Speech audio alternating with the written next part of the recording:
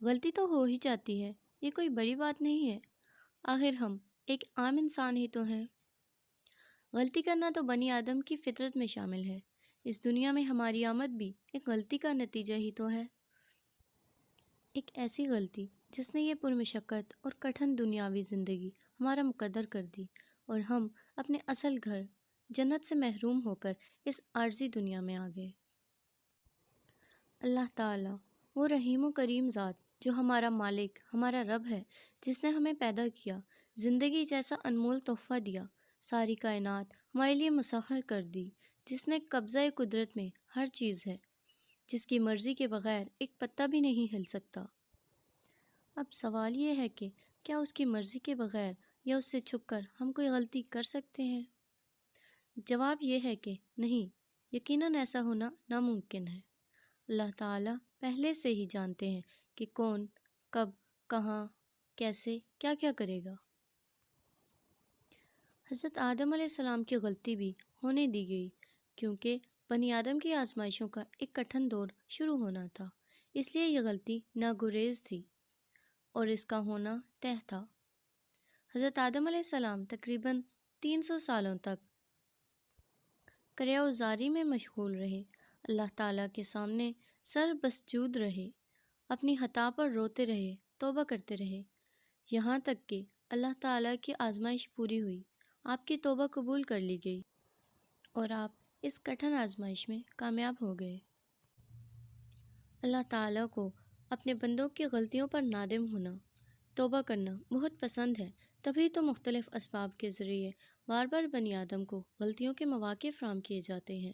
تاکہ بنی آدم اپنی مرضی سے مبتلا آزمائش ہو کر بارگاہ الہی میں واپس رجوع کرے، توبہ کرے اور اپنے رب کو یاد کرتا رہے، اس کا ذکر کرتا رہے، اسے یاد کرتا رہے تاکہ مزید قربت سے نوازا جائے۔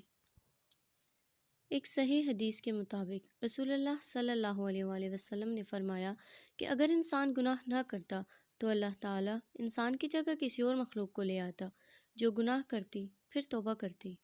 ایک اور حدیث کے مطابق جب شیطان نے کہا کہ میں انسان کو بہکاتا رہوں گا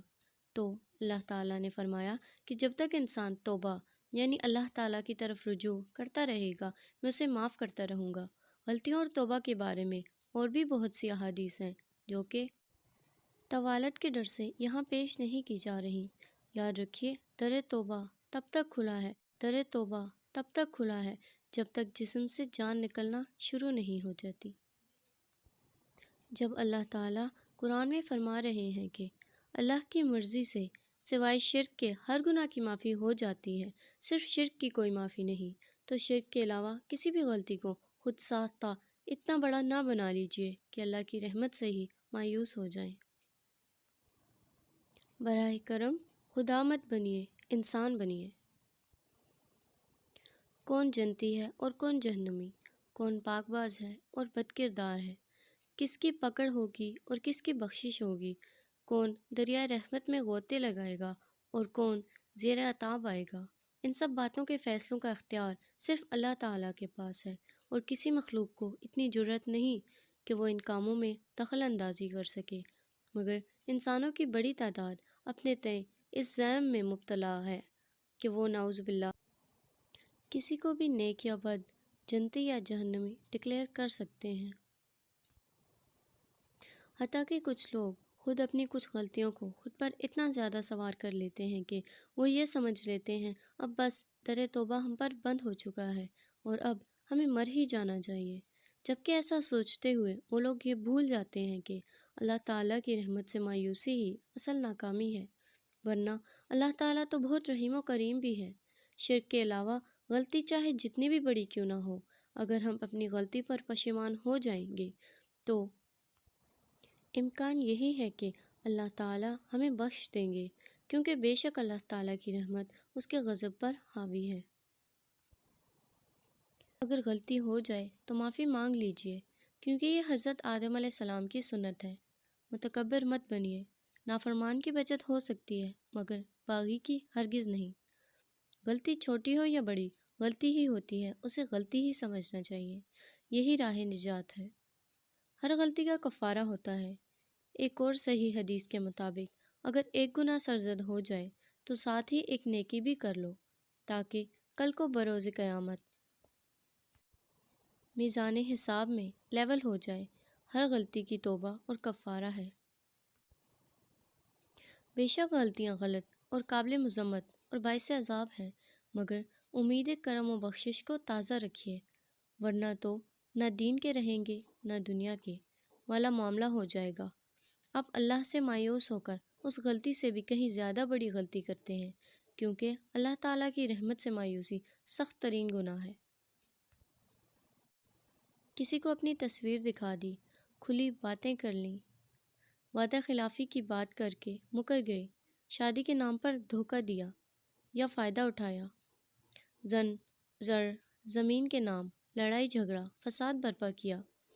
بے وجہ کسی کا حق مارا، بے وجہ طلاق دی، چغلی کی، غیبت کی، بہتان تراشی کی، فلمیں دیکھیں، میوزک سنے، ڈرامے دیکھے،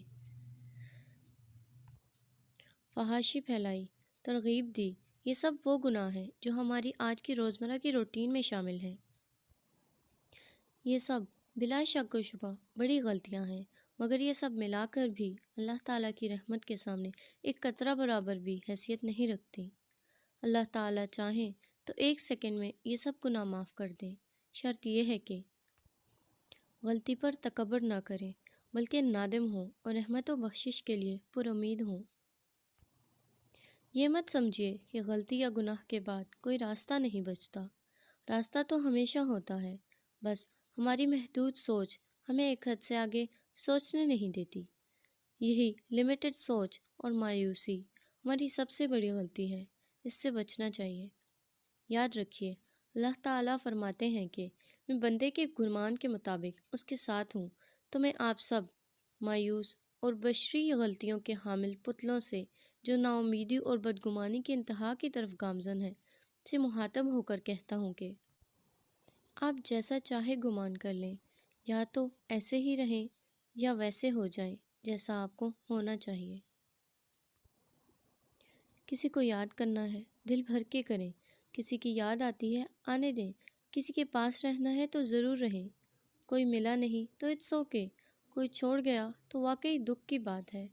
پسند کی لائف نہیں ملی، کوئی ہمیں نہیں سمجھتا، واقعی تکلیف کی بات ہے، خواہشیں کچلی گئیں، زندگی کے کچھ سال ضائع ہو گئے تو کیا ہوا، ابھی زندگی تو باقی ہے، جو چاہیے وہ نہیں ملا، جو ملا وہ چاہیے ہی نہیں تھا، تو کوئی بات نہیں، پھر سے کوشش کر لیں۔